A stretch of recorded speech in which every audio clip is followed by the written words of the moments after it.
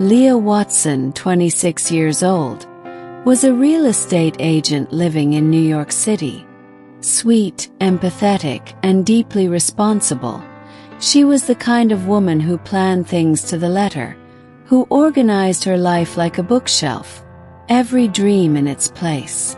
She was engaged to Evan Chester, 29, the heir to a canned food empire. But Evan had no hunger for responsibility. His daily diet consisted of poolside cocktails, nightclubs, and luxury cars. He rarely showed up at the company. And when he did, it was to pose, not to lead. Leah, exhausted by the imbalance, felt like she was drowning in a life built on expectations that weren't hers. One Friday evening, Evan arrived home at 3 a.m. Leah, unable to sleep, waited with coffee and a sinking heart. He laughed when she started talking about commitments, about respect. "You're crazy about rules, Leah.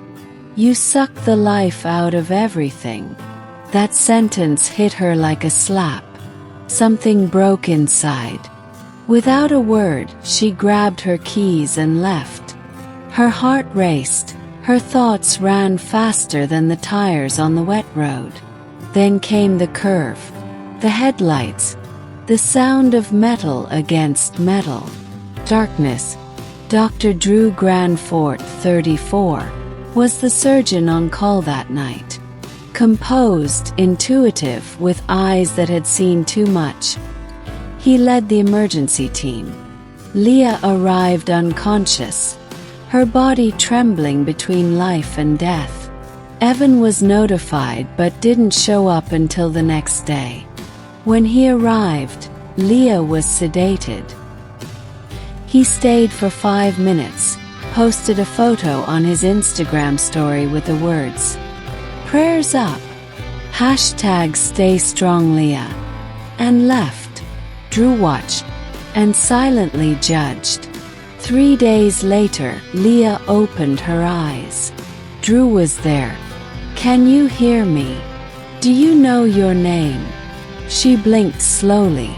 "Leah, do you know what day it is?" "No. Hey, I remember a loud noise. That's all."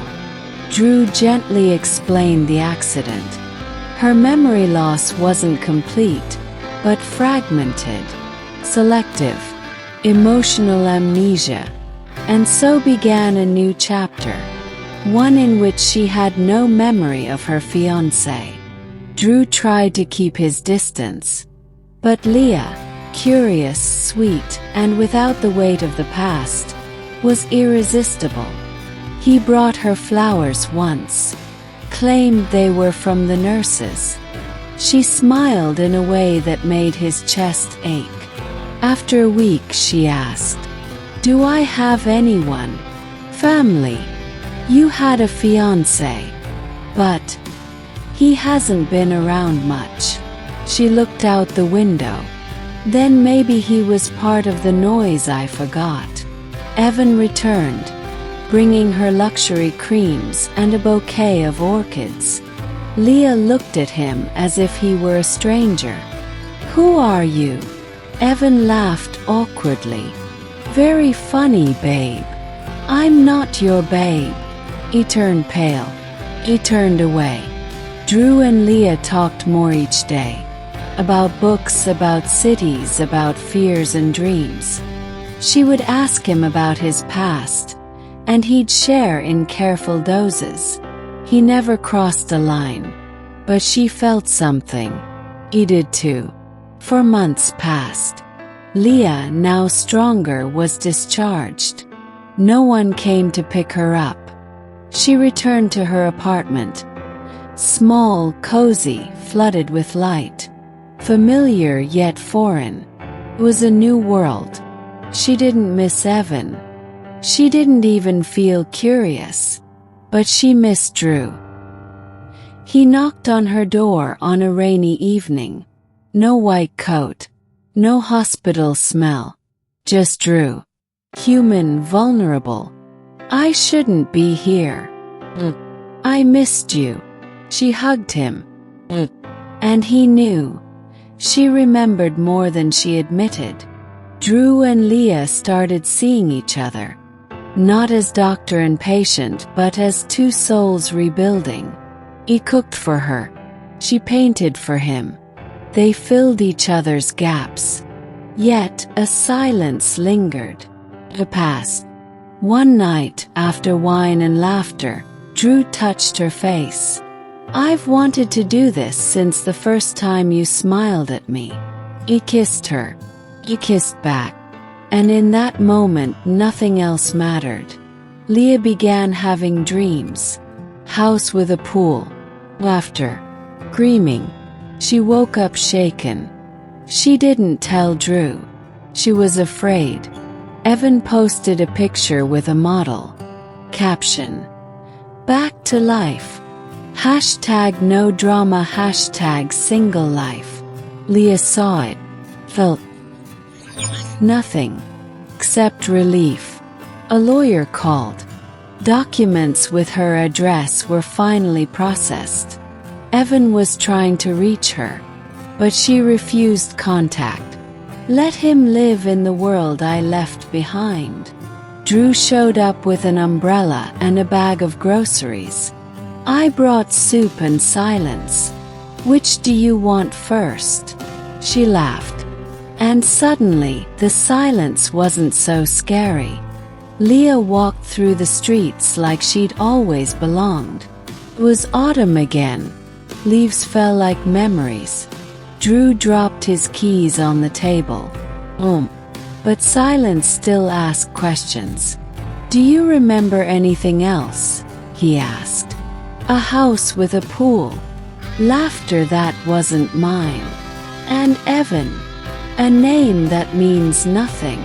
Evan came to the door. Tired. Humbled. "I came to ask forgiveness. For forgetting me or never loving me right." He couldn't answer. "You've changed." "No. I just stopped hiding." Drew arrived. Evan was leaving. "You took everything." She chose. "You remember him?" Evan asked Leah. "Yes. And me." She hesitated. "Yes." Drew was shocked. "I remember the crash. The words. You're crazy with rules." Then the crash. Then his eyes.